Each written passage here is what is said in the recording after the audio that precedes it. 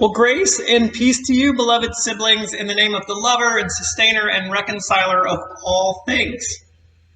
I want to say a word of thanks to the good folks at Richmond Hill United Church for opening their doors for the celebration of Pride in York Region. It's such an honor to be part of this occasion and to get to share a word with you today about my story. I am celebrating Pride and some special anniversaries this weekend. I'm kind of a sentimental person and remember dates and things like that.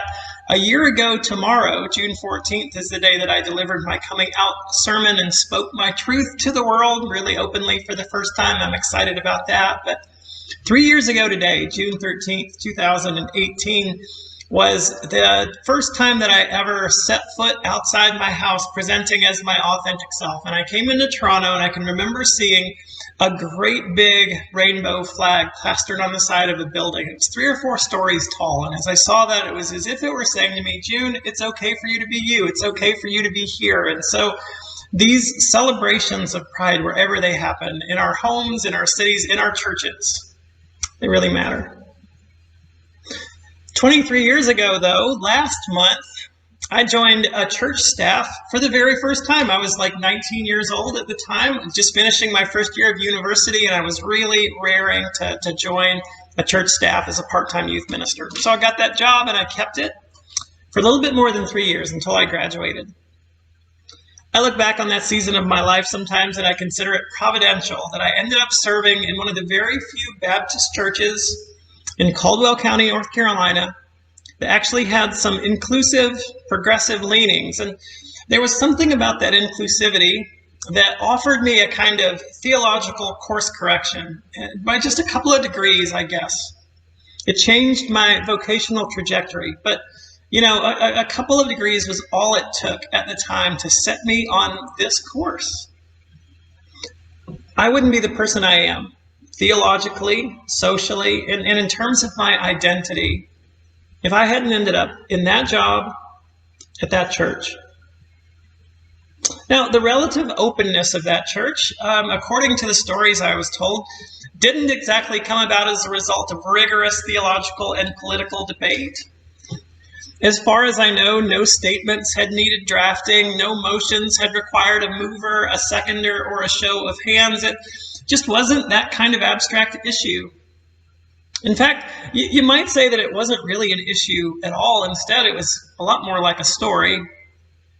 It was a story about a little girl named Regina, whose parents had been bringing her to that church pretty much her entire life. Now, Regina had been raised in faith in that church. She had heard in that church about God's reconciling work in Jesus, about how the Holy Spirit that called the church into being on Pentecost was still moving in the world. And we confess that the Spirit moves where the Spirit will, and so it was. Little Regina began to sense that the Spirit was nudging her towards vocational ministry. Now, the people of that Baptist church probably had some misgivings. In fact, I know they had some misgivings back in those days about women in ministry, but you know, this wasn't just some hypothetical woman. This was Regina. And they watched her grow up. They'd helped lead her to faith and taught her what it was to follow Jesus. And so when Regina decided to go away to seminary one day, the people of that church sent her with their blessing and with their support. And they were so proud when she became a chaplain. I think Regina changed things at that church through the power of her story, through the power of her testimony, her personal witness, we might say. Here I am, she said, I am not an abstract issue. I am not an idea. I'm a person. I once heard the trans activist and faith leader Abby Stein say, it's easy to hate an idea, but it's hard to hate a person. It's easy to hate an idea. It's easy to hate an issue. It's easy to hate something that is theoretical or hypothetical. But it's hard to hate a person with a personal story. It's hard to hate a human face with human experience. It's hard to hate a pair of eyes that you got to look into when you decided that it's time to start drawing lines, showing who's in and who's not. Like I said just a moment ago, it's an important anniversary for me this week. This time last year, I was anxiously preparing to deliver what turned out to be one of the most consequential personal stories I had ever shared. I was preparing to share a sermon about truth and about treasure, a sermon in which I would come out as a trans woman. I hadn't really accepted that I was trans until I was almost 40 years old. My experiences and understanding of gender up to that point had been marked by ignorance and shame, and I never really understood what it meant to be trans. I just didn't get that for every 100 or so times that someone looks at a newborn baby and says, it's a boy or it's a girl, there are going to be a handful of instances where they just get it wrong. Now, I knew that I'd been living in a sort of depressive, dissociative state for almost as long as I can remember, and I also knew that for about the same amount of time, I'd been longing to live as a woman, as myself.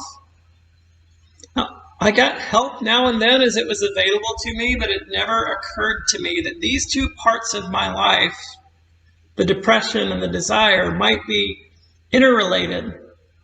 It never occurred to me that cisgender people, that is folks who are not transgender, don't tend to find themselves lying awake at night thinking about just how wonderful it would be if they could wake up the next morning as a different gender. You know, like a lot of other matters of health and wholeness, we don't tend to notice them unless something is really off. Well, something was definitely off about my sense and experience of gender. And it was off in ways that many people I don't think can relate to, but like too many of us do when it comes to too many matters of health and wholeness, I kept on saying, it's nothing, really. I'm fine, totally fine. Have you ever said that about anything that was going on in your life? Have you ever put that off until eventually the pain becomes such a fixture there that you learn to almost tune it out so that it becomes like white noise? I think a lot of us can attest that that can only go on for so long. Once I reached that point, once I became self-accepting and started seeking help, I also started seeking understanding in the stories of other people. I started looking for ways that I was not alone. Started looking for stories of other trans clergy, looking for examples of what gender transition can look like when you're a pastor, for examples of congregations who welcomed and affirmed trans and gender diverse people. And, you know, as it turned out, there are lots of good stories out there. Reverend Dr. Megan Rohrer, a trans person who was recently elected over a district of Lutheran churches in the States, has told me there are about 300 or so of us trans clergy here in North America, and I imagine there's going to be a lot more. So our stories are out there. But what I found when I went looking for those stories were instances in which very little space, hardly any space, was given for personal witness. I saw stories where trans ministers and their congregations expeditiously agreed to part company, or where churches moved quickly to fire trans clergy and then had very little to say about it other than no comment. No comment. Or stories about pastors who stepped down, quietly transitioned, and then found something else to do with their lives. Now, I'll confess that there was something tempting about that last scenario. As it became clearer to me that I was going to need to come out and transition, I longed at times to resign, to drop off the radar for a season, and to just find a different vocation as my authentic self. But I understood enough about the power of personal witness that I couldn't choose that path, not in good conscience. And I didn't want to become an accomplice in my own marginalization. Because you see, I'd been witnessing that marginalization and its effects for decades. Even before I became self-accepting, I had been an ally in the struggle for LGBTQ plus inclusion in faith communities for most of my pastoral career.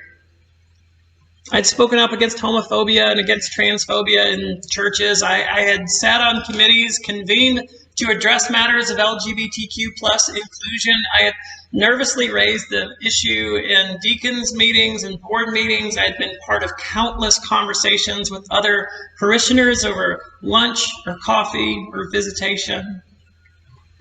I had preached sermons about how our churches needed to open our doors wider. I'd written articles about how churches shouldn't exclude gay or lesbian or bisexual people, or how we ought to be safe places for trans and gender diverse kids. I had sat down with seminary presidents and missions executives and denominational leaders, and I'd said, look, we've got to do better. I had talked about how our persistent stigmatization of queer people is based on biblical interpretation that is as irresponsible as it is deadly. I had been to listening sessions and tried to make my opinions known, and in recent years I had begun citing statistics about the correlation between religious faith and suicidal ideation in LGBTQ plus youth. The statistics are chilling, and they show that queer youth are far less likely to self-harm, but their lives are far safer if they just stay away from church. That breaks my heart, you know. It breaks my heart that so many churches out there have blood on our hands. I've been doing the work of an ally for almost 20 years, and always I heard people say, you know, we're just not ready. We can't talk about this yet. We can't handle the conversation. The issue is just too controversial. And now in this Pride Month, I think we would do well to remember that marginalized people don't have a history of winning dignity and equality and inclusion and liberation because we and our allies have avoided controversy. It's just the opposite. From the Compton's cafeteria riot and Stonewall in the States to the bathhouse raids and the aftermath here in Canada, these movements forward are almost never the result of civility and proper procedure and prioritizing the comfort of people who are not on the margins. I am not an issue for civil two-sided debate. I am not some abstract idea. I am a person. I am flesh and blood just like you. And it might be easy to say, I hate this idea, or not right now, but it's hard to hate a person. As Christians, we have the audacity to confess that the ineffable, transcendent, everlasting God, the creator of all things, the being that is being itself, somehow became a person, like you, like me. The Word, the eternal voice, became flesh and moved into our human neighborhood. Now, we confess that God has always been a revealing God, that God is always speaking and always inspiring and moving among us in ways that are really intended to be conspicuous, in ways that are knowable and discernible and perceivable. But as followers of Jesus, we also like to confess that God's fullest and clearest revelation happens when God takes on flesh and blood, when God walks among us on a pair of human feet, when God speaks to us with a human voice, when God loves us with a beating human heart, when God reaches out to us with a set of open human arms. It's such a vulnerable gesture, you know. Hands and feet can be pierced, after all. Voices can cry out in pain and abandonment. Hearts can be broken. We know how these stories go, you know, but we also know that nothing changes us and nothing changes our world like personal witness. Like that little girl who told her church that she believed God was calling her into ministry. Like the black woman who wouldn't give up her seat, or the black man that we watched get assaulted by police in that cell phone camera footage. Like the gay man who decided to be open and proud and run for city council. Like the queer author who resolved that she was going to write stories about women whose stories weren't being told. Like the trans kids who just a couple of weeks ago had to go to their state capitals, stand in front of an assembly of lawmakers and plead their case for the freedom to simply exist. When those things happen, personal witness is important. People and their stories, their flesh and blood experiences, they're important. Writing more than 30 years ago about John chapter 1, the passage from which we've heard this morning, the gay Christian historian John Boswell pointed out that you can't use reason to argue somebody out of a reason that they didn't get to to argue somebody out of a position that they didn't get into by reason. In other words, when an idea is just an idea, it's hard to outgrow it. It's easy to hate it. It's hard to get around it. Boswell went on to say that there are other ways to overcome prejudice and discover enlightenment. A life can be an argument, he said. Being can be a reason.